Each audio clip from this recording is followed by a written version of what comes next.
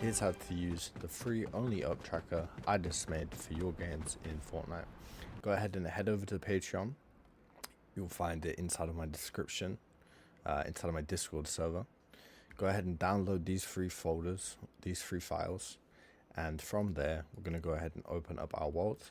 You can right click in your project, press show in Explorer, and you can go ahead and paste those free things into here. From here we're going to go ahead and add only up tracker, parkour, and that's what we need to add here. For only up tracker, you can go ahead and choose this rainbow asset that is given for free.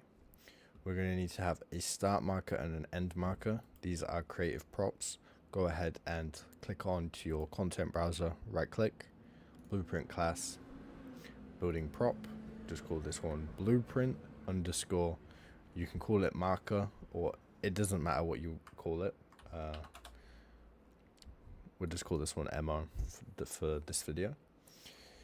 Type in sphere, click on add sphere, turn on hidden in game, collision presets, no collision. This isn't necessary, but it helps us see it in the world much easier. Go and add one at the base, the lowest point for your bar essentially, and your highest point as well. Now we can go ahead and add those in. Over here we have placeholder icon, which is not necessary, same as own icon texture. If you want to change this one, then I guess go for it. You can play around with these settings here too. I'd probably recommend keeping it the same, but if you don't like it, the one that I used in the video was for like 30, 800, 60, and that's all that for this particular burst device.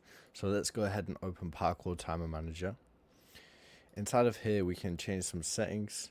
For us, this all works. I'd probably, depending on your if you're showing the area name, you might want to like move this down a little bit, but you can go ahead and choose a name. You will have persistence on the first 4 in this array, so you can essentially have timed parts of the map, or you could just have it as one big thing.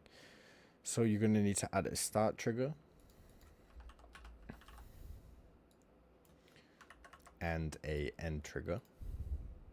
You can have fail trigger as well. For example, if they fall off, they reach the ground level, you can have this fail trigger to activate. So you can go ahead and choose one for there. What you'd probably want to link these triggers with is probably link it up with a mutator zone. So we need to actually put down a mutator zone for that. So you could maybe have one on the floor so they can like restart their run if they hit the floor. So then you could have trigger this mutator zone. Wait, where is it? Let's say this one's fail. You could have this one to trigger from them entering here. That should be it. You should be able to follow this tutorial. If you get lost, you can message in the Discord. I'm sure me or somebody else will be able to help you out. So yeah, guys, I hope this is helpful. Subscribe and like the video. Appreciate you guys.